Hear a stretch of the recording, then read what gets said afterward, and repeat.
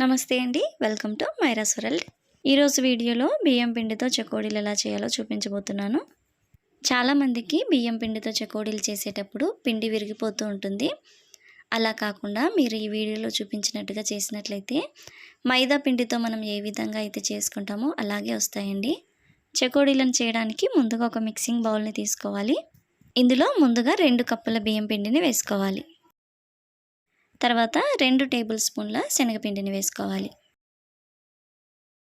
అలాగే 1 tea spoon ఉప్పు, 1/2 tea spoon పసుపు, 1 టీ స్పూన్ కారం, 1/2 టీ స్పూన్ వాము, 1 టేబుల్ స్పూన్ నువ్వులను కూడా వేసుకోవాలి. నువ్వులను వేసుకోవడం వల్ల చెకోడీలకు చాలా మంచి టేస్ట్ వస్తుందండి. ఇప్పుడు ఇవన్నీ కూడా బియ్యం పిండిలో బాగా కలిసేలాగా కలుపుకోవాలి. ఇప్పుడు ఒక 2 టేబుల్ స్పూన్ల నూనెను బాగా వేడి చేసుకోవాలి. నూనె బాగా వేడిగా ఉన్నప్పుడే ఇందులో వేసుకోవాలి. ఇలా వేడి నూనెను పిండిలో వేసి కలుపుకోవడం వల్ల చెకోడీలు బాగా గుల్లగా క్రిస్పీగా వస్తాయండి. నేను పసుపును కలర్ కోసం మాత్రమే వేశానండి. కొంచెం కలర్ తగ్గినట్టుగా అనిపించింది, అందుకే ఆయిల్ వేయడానికంటే ముందుగానే ఇంకొక 1/2 టీ స్పూన్ పసుపును వేసి కలుపుకున్నాను. ఇలా ఆయిల్ మొత్తం పిండిలో బాగా కలిసేలాగా కలుపుకోవాలి. ఆయిల్కి బదులుగా నెయ్యినైనా వాడుకోవచ్చండి. అయితే బాగా వేడిగా ఉన్నప్పుడే వేసుకొని కలుపుకోవాలి.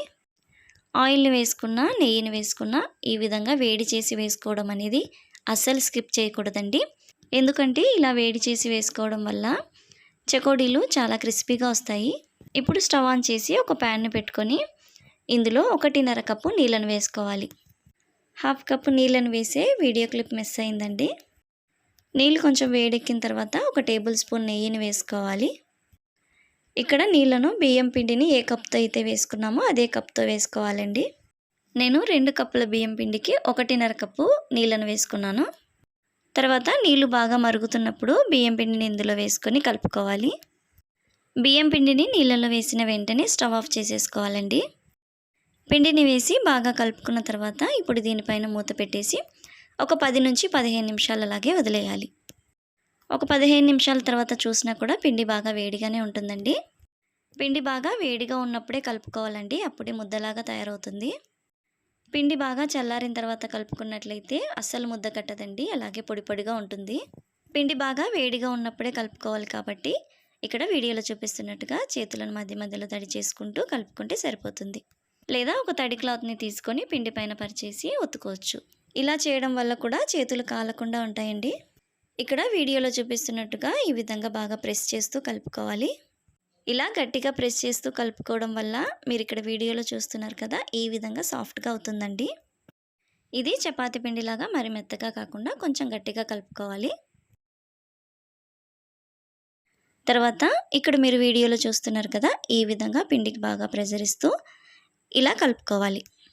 ఇప్పుడు ఈ పిండి ముద్దను ప్యాన్లో పెట్టుకొని దీనికి గాలిమీ తగలకుండా ఒక తడి క్లాత్ని తీసుకొని దీనిపైన పరిచేసి 15 minutes to half an hour పాటు పక్కన ఉంచుకోవాలి.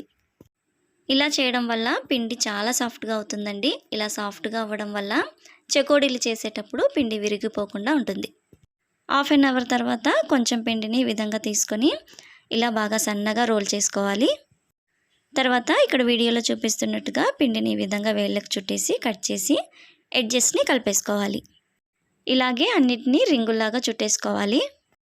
ఇలా అన్నీ రెడీ చేసి పెట్టుకున్న తర్వాత ఇప్పుడు స్టవ్ ఆన్ చేసి ఒక కడాయిని పెట్టుకొని డీప్ ఫ్రైకి సరిపడా ఆయిల్ని వేసి ఆయిల్ని హీట్ అవ్వనివ్వాలి.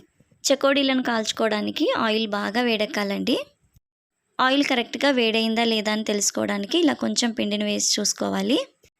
పిండిని ఆయిల్లో వేసిన వెంటనే పైకి తేలింది అంటే ఆయిల్ కరెక్ట్గా వేడైనట్లండి. ఇప్పుడు ముందుగానే ప్రిపేర్ చేసుకున్న చెకోడీలను అన్నిటిని వేసుకొని వెంటనే మంటను మీడియం ఫ్లేమ్లోకి టర్న్ చేసుకోవాలి. చెకోడీలను ఆయిల్లో వేసిన వెంటనే ఇలా బాగా నురుగొచ్చేస్తుందండి. వేసిన వెంటనే కాకుండా ఒక 30 సెకండ్స్ అలాగే వదిలేసి 30 సెకండ్స్ తర్వాత అటు ఇటు కదుపుతూ చెకోడీలను వేయించుకోవాలి. చెకోడీలు ఆయిల్లో వేసిన తర్వాత ఒకదానికొకటి అతుక్కుపోయినా కూడా అవి కొంచెం ఫ్రై అయిన వెంటనే వేటికవి విడివిడిగా అయిపోతాయండి. అతుక్కుపోయాయి కదా అని ఆయిల్లో వేసిన వెంటనే వాటిని సపరేట్ చేయాలి అని చూస్తే అవి షేప్ అవుట్ అయిపోతాయండి. కాబట్టి ఆయిల్లో వేసిన వెంటనే కాకుండా కొంచెం ఫ్రై అయిన తర్వాత అటు ఇటు తిప్పుతూ ఫ్రై చేసుకున్నాము అంటే వేటికవి అవే సపరేట్ అయిపోతాయండి. మీరు ఇక్కడ చూస్తున్నారు కదా, ఆయిల్లో నురుగంతా పోయింది. ఇలా నురుగంతా పోయింది అంటే చెకోడీలు లోపల వరకు బాగా ఫ్రై అయ్యాయని అర్థం. ఇప్పుడు వీటిని తీసుకొని ప్లేట్లోకి వేసుకోవాలి. ఇలాగే అన్నిటినీ చేసుకోవాలి. వీడియోలో చూపించినట్టుగా చెకోడీలను చేసుకున్నట్లయితే చెకోడీలను చుట్టుకునేటప్పుడు పిండి విరిగిపోదు. అలాగే చెకోడీలు కూడా బాగా గుల్లగా క్రిస్పీగా వస్తాయండి. వీడియో నచ్చితే లైక్ చేసి నా ఛానల్ను సబ్స్క్రైబ్ చేసుకోండి.